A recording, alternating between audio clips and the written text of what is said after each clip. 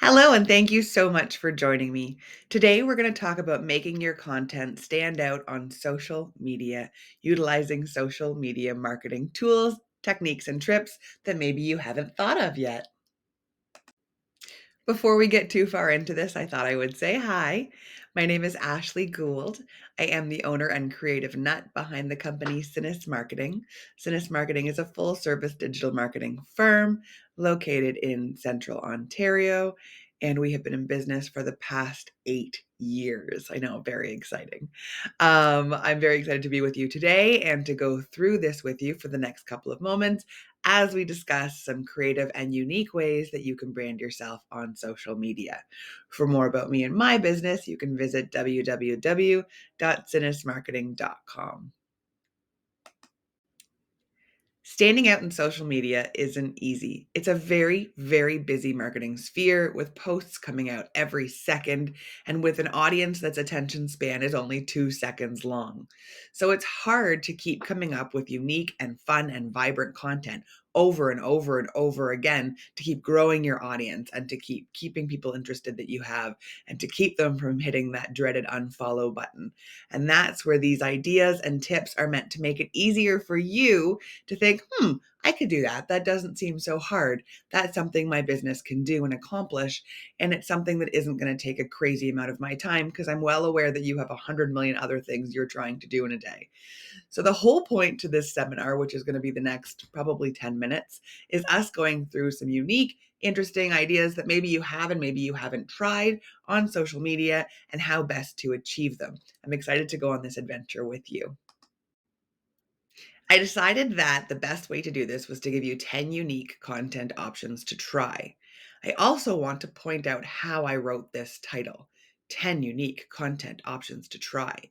That's something that you can be adding into your social media thoughts.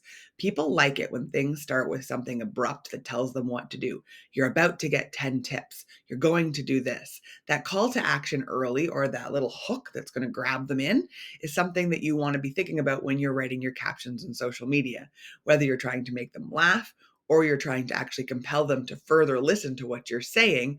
Having that quippy, quick caption always helps. And having something like 5 days to better skin, 10 unique tips or unique content options to try on social media is a great way to hook them in and keep them paying attention.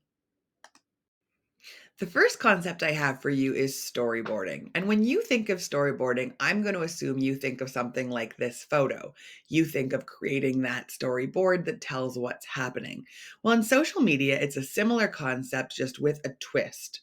So, what you want to do is add a combination of text, images, and illustrations into one specific post, giving your audience a full multimedia experience. This can be a great way to have your audience feel like they're part of what you've created, as well as to garner different audience types. Some people do better with text, some people do better with an infographic, some people do better with a photo. And by storyboarding, you're paying attention to the needs of your overall audience and making sure there's something for everyone. So, this is a great tactic to try or to Google for further information on if you are interested in trying a new tactic on social media.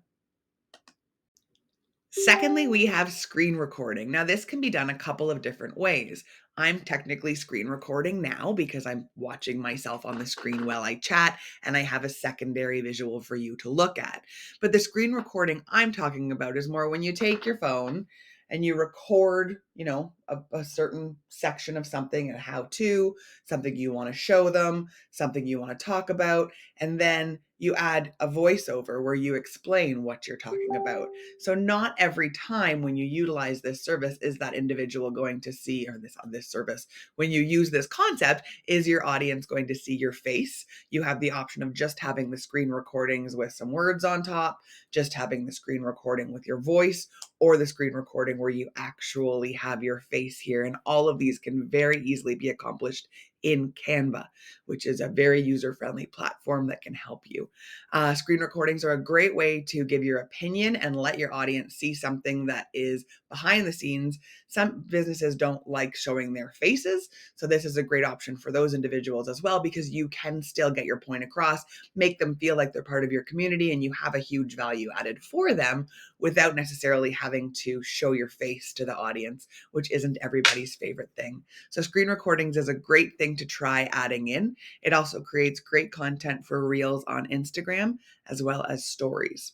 So just something to consider as another option for your social media plan. For those of you who don't mind when people see your face, there's always the option of live streams. Audiences love seeing and interacting with you.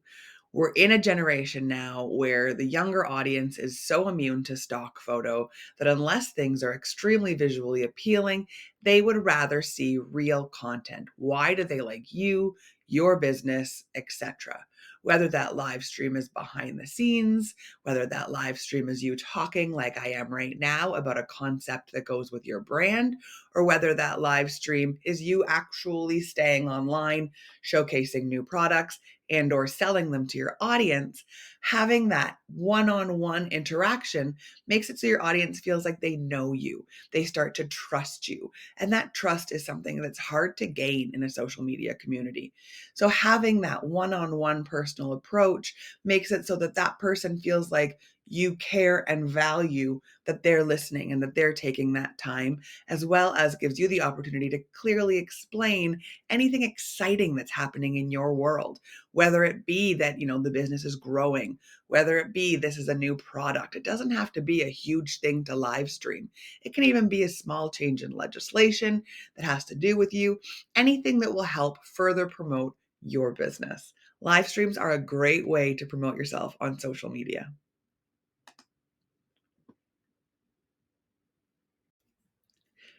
Gone are the days of the infographic, and in comes the instructographic. I absolutely love this word. I think it is so much fun. So now your question to me is, Ashley, what the heck is an instructographic, right?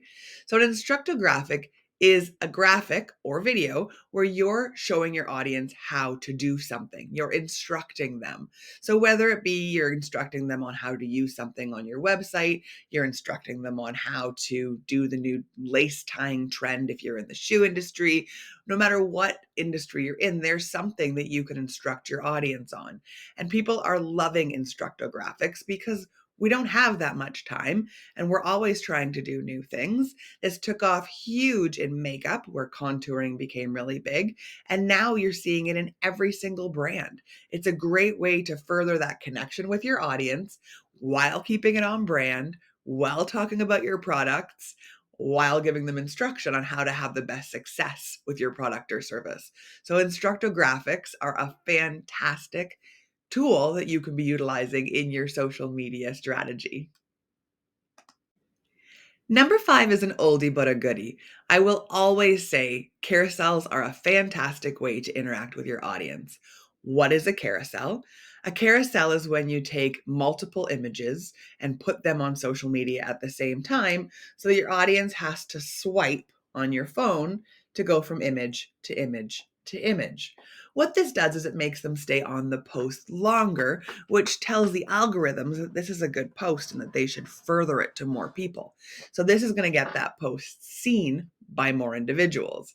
It also, if it's similar content, is a great way to tell a story, a review, something a little bit longer that's hard to tell on social media, and to gain that audience attention in a way you wouldn't with just one photo. One photo, and often I see this in text images with really small writing, people are going to scroll past it because they can't see it. So make the first page, boom, here's our 10 things. Here's our title, like I was saying earlier. Give them that, catch them, and then give them each little piece on its own screen in a carousel. Or are you having a company barbecue and you don't want to make a cap cut or some kind of a video? That's fine. Put all the pictures together so people can scroll through and see the wonderful time that your employees had, which could help you gain new employees and help with employee retention. So carousels are a very multifaceted way of furthering your social media reach, as well as having your audience engage with you on your social media platforms. Number 6 is behind the scenes content. Now, this doesn't work for every business. For me to show you behind the scenes, I literally take pictures of my computer because I spend all day sitting at my desk. I don't have the most exciting behind the scenes on a day to day basis.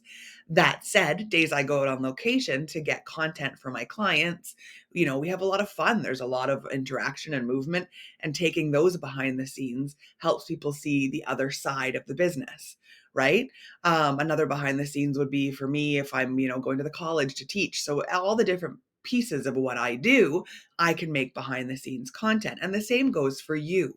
You are a multifaceted person. You're an entrepreneur, you're a business owner, and whether you specifically want to be the content or you want the behind the scenes to be your actual business, having people see the real fun vibrance behind the product or service makes them feel like they're part of it and makes them go from just a community member in your social media to somebody who genuinely feels like they're a part of your company. And that's something everybody's trying to achieve on social media, because the stronger your community, the further your reach, the more they're going to talk about you when they're not on social, the more they're going to purchase your product or service, and the more they're going to interact with you. So having some of that behind the scenes content can be really, really helpful in achieving that. And you don't need to bring in a videographer to have behind the scenes content. Raw is okay on social media. People like seeing content that involves the camera maybe moving a bit, you laughing, things not going right. That's okay. It can be like a blooper. It doesn't have to be a polished, finished product behind the scenes. They just want to see the real and the personable. Some of my favorite that I've seen lately are behind the scenes when the social media person comes in and you see people hiding, people checking their makeup, and all those things that people are going to do because they're going, oh my God, I don't want the social media lady to come in. I don't want to be filmed. But afterwards, they watch the film, they share the film, they like the film. So, however, you want to incorporate behind the scenes content, having it as part of your strategy on social media is important. Number 7 is shopping posts. Now, this doesn't apply to everyone, I'm well aware. If your business does not have an online store that's attached to Facebook or Instagram, this is not for you.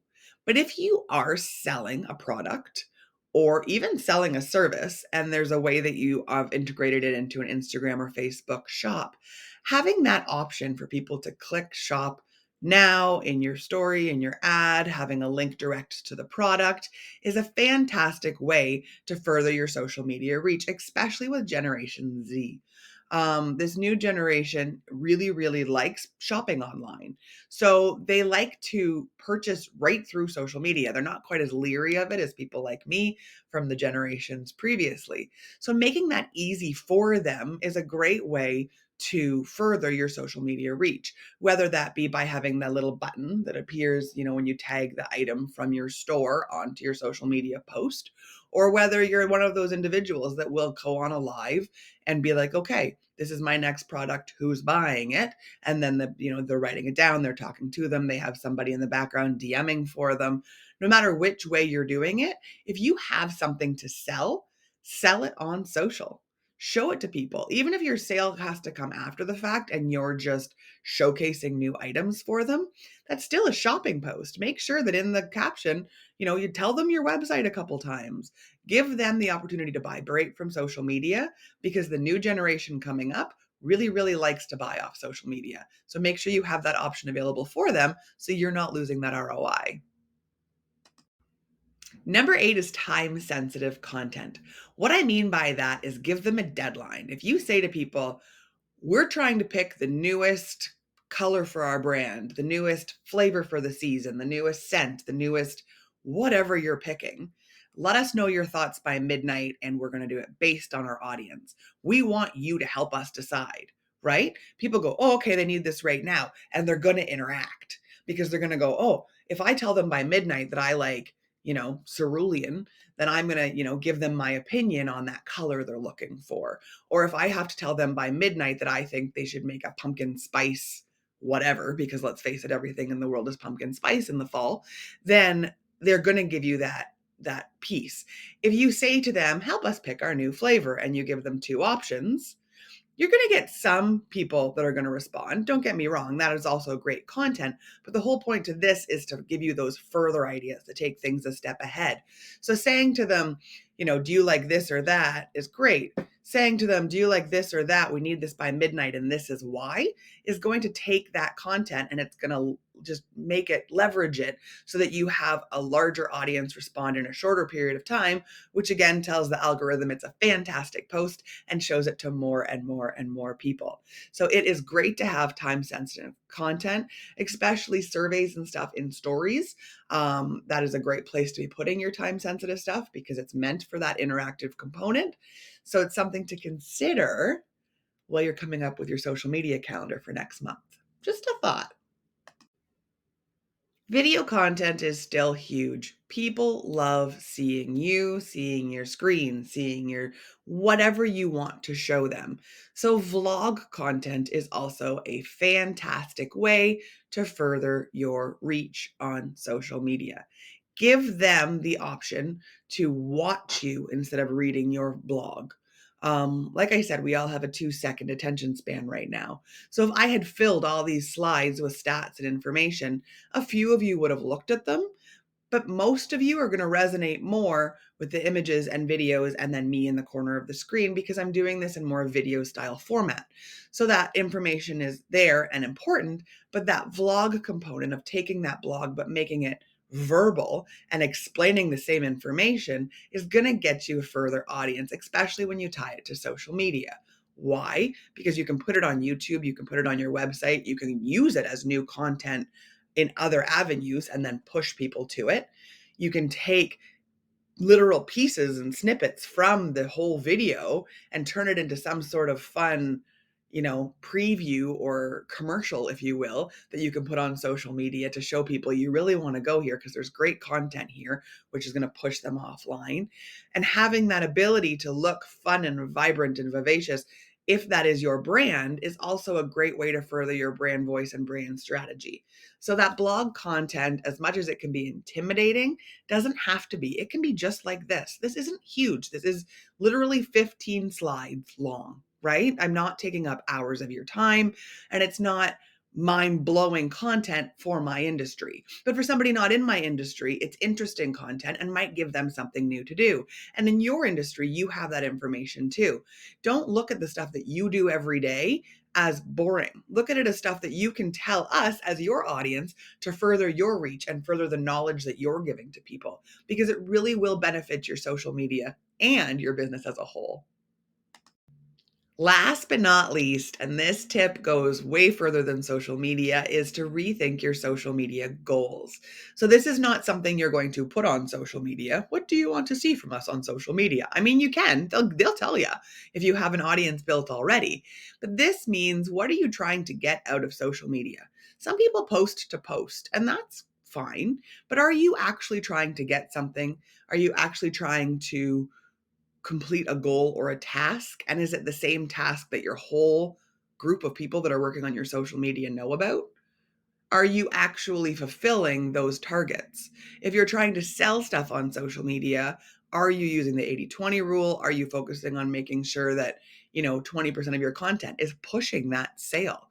If you're trying to get new employees, is your content based around how great it is to work at your workplace? If you're trying to get new clients, are you getting the information out there about your business and services so that people know that you're available?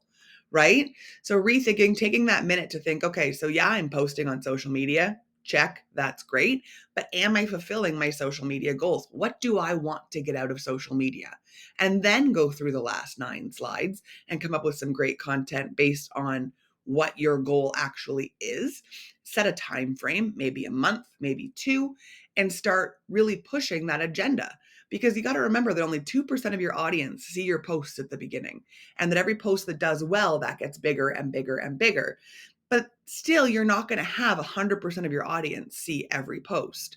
So having similar ideas and fun concepts so that the person that didn't see it today that sees it tomorrow still has a similar interaction and still thinks about the same goal as the person who saw it today will benefit your overall social media strategy. So that's the last tip I want to leave you with today. Now, of course, I'm a business owner too, so I'm going to take one last second to remind you that Sinus Marketing is here and that we are here to help if this is all too much or if you're looking to outsource your social media to a third party. We would love to hear from you. You can send us an email at ashley@sinusmarketing.com or contact us through our website, www.sinusmarketing.com. You can see the spelling of Sinus Marketing on the other side of the screen in our logo. Thank you so much for spending this time with me today. I hope you got some valuable information out of it and have a fantastic rest of your day. Bye.